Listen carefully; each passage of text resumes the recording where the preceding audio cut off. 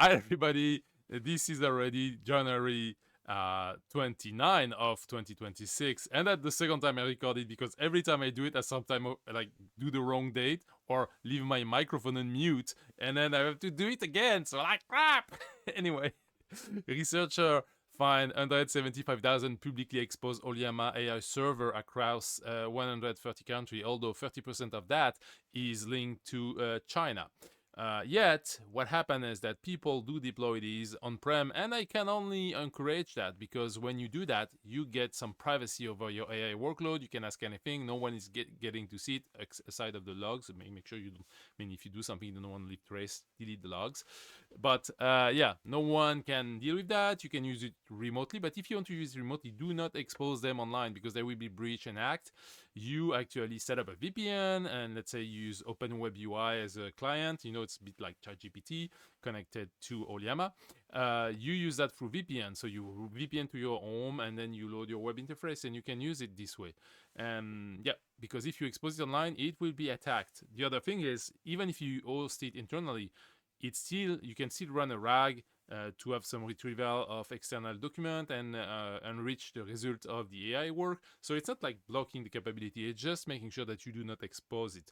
And if you want to keep it even safer, you should have it isolated on a network segment that is dedicated to your AI workload if it works for you. So something to check out. Match grouped breach exposed data from Hinge, Tinder, okcupid, and Match. If you remember a few years ago, we had the Ashley Madison scandal that did lead to some bad stuff, like people killed themselves, suicide, and stuff because of their like matching profile got revealed. So same stuff going around now with a lot of web sites. This is 10 million records that leaked out of these websites.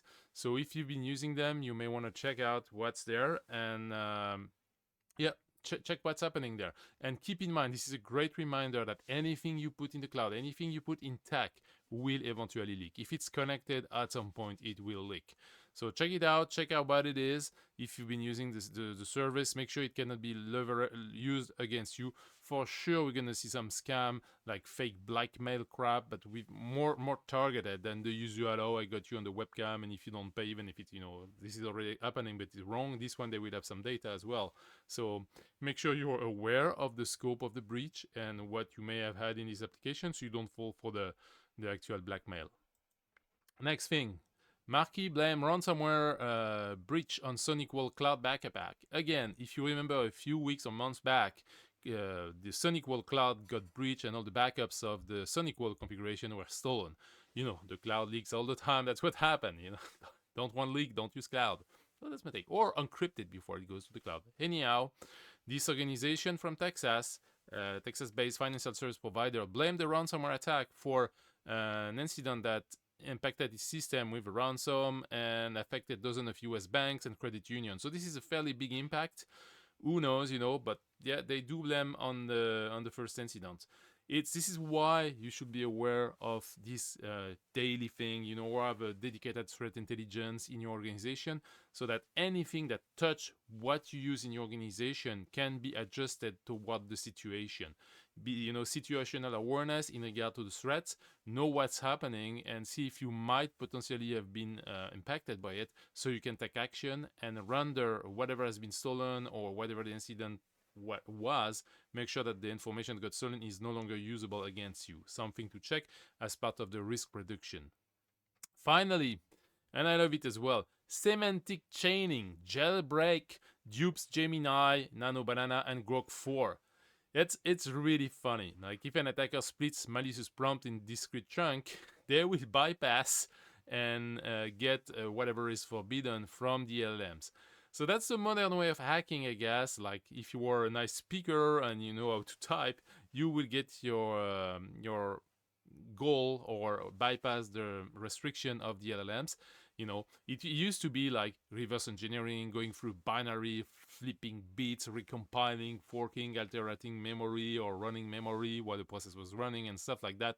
It would lead to cracked software or breaches and stuff like that, buffer overflow.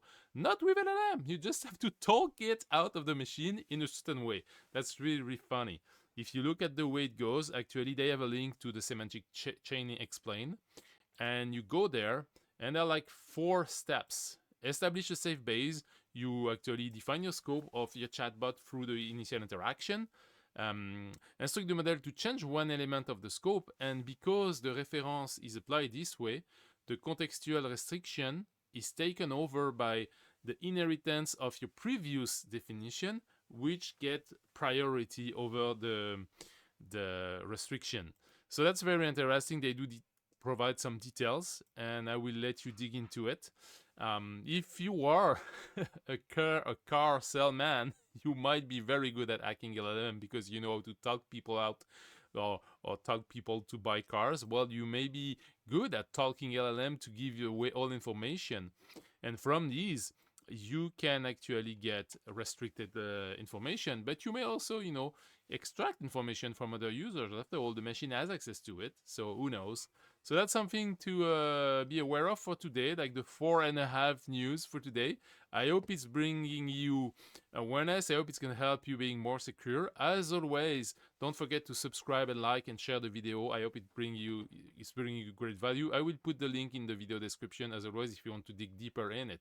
And I wish you a great day. See you later. Bye-bye.